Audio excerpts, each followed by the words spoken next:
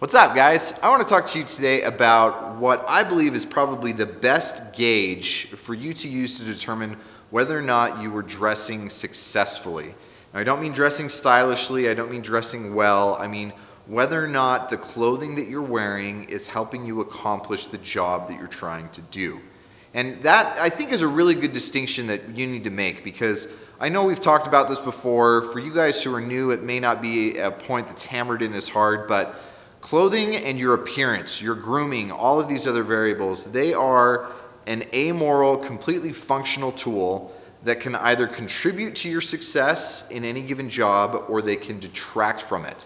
And that exists both in the function of the clothing and in the form of the clothing. And what I want to talk to you specifically about today is how the form can either contribute to or detract from your success.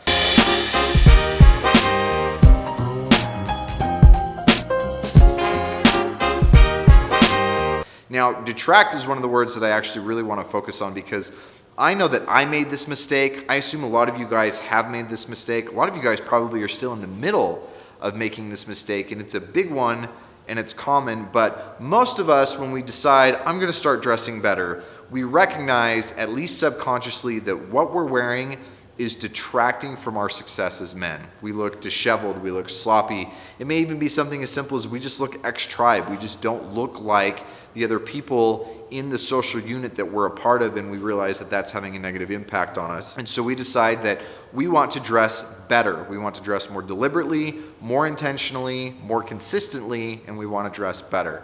Now, the problem that we make is we assume this kind of false binary, that if I'm not dressing in a way that detracts, then that means I'm dressing in a way that helps. And so immediately we think, I'm going to start dressing in something that ultimately ends up becoming a costume. That may be a suit or a fedora or a bow tie or something else, because especially here in the United States, and especially for Western men, if we decide that we're going to dress better, we go back to the golden era of when men were dressing well. And for most of us, that's going to be the United States anytime between the 1930s and the 1960s. That's why you had the whole Mad Men resurgence. That's why you get the immense affiliation with like the Rat Pack and Cary Grant and all of these other guys.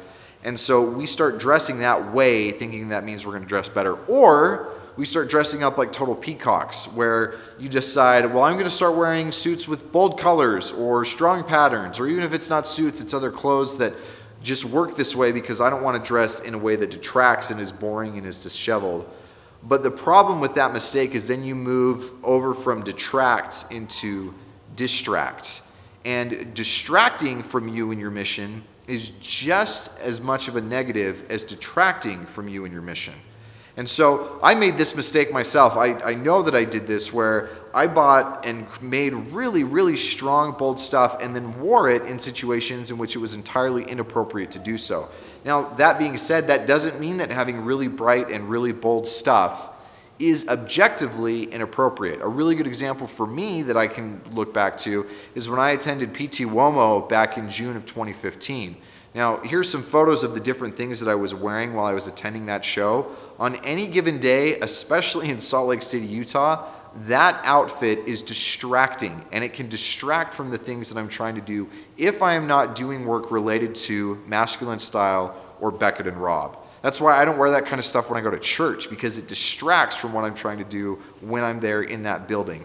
But at an event like PT, it didn't detract and it didn't distract. It was a way for me to demonstrate that I was in tribe, that I was socially fluent in all the things that were necessary and crucial at that point in time, and that I was even ahead of the curve with some of those variables. And so ultimately, that's the way that you should be dressing. Not in a way that detracts, not in a way that distracts, but in a way that supplements or supports the job that you're trying to accomplish. Now, for most of us, that job is basically we're just trying to stand above everybody else. We're trying to dress better, but not dress in a way that is so out there that it becomes a negative in and of itself. And when you think about it, it's not something that just applies to a given point or a given tribe. If I were to wear what I'm wearing today and I'm at the gym or I'm at the beach, then I'm distracting and detracting from what I'm trying to do in those given environments. Let's take the gym, for example. If I were to wear this at the gym,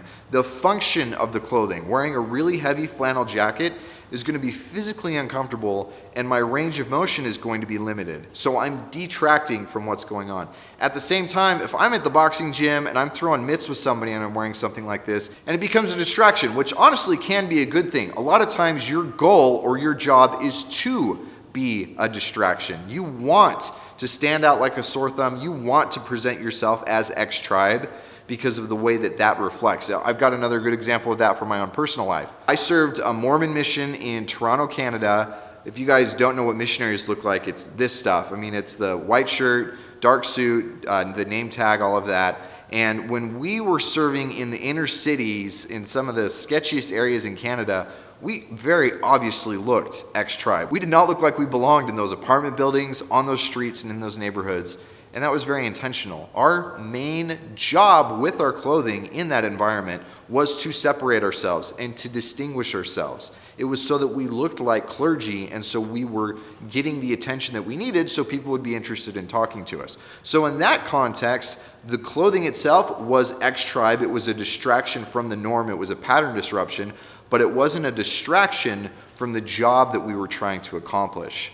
I hope that makes sense. I think that makes sense. But I would love to hear what you guys have to say on this, because this is one of the things that for me, when I realized it, it was a big like, aha, holy cow, that makes so much sense. And it helps me every day in every single environment dress more intentionally and dress more deliberately, because I think about both the function and the form, or the function of the form, of what I need my clothing to do. What is it that I want to get done today? How can my appearance help facilitate that? And how will my appearance either detract or distract from that as opposed to helping facilitate that? When I go into it with that mindset, it makes it so much easier to dress well. It makes it so much easier to buy the right kind of clothing. But then once I'm putting it on, it makes it easier to dress well too. So I'd love to hear your guys' take on that. Also, subscribe if you haven't. Leave me a thumbs up. I hope you guys enjoyed the video. Leave me a comment below. I want to hear, as always, what your take is on this, and I will catch you guys on the next one.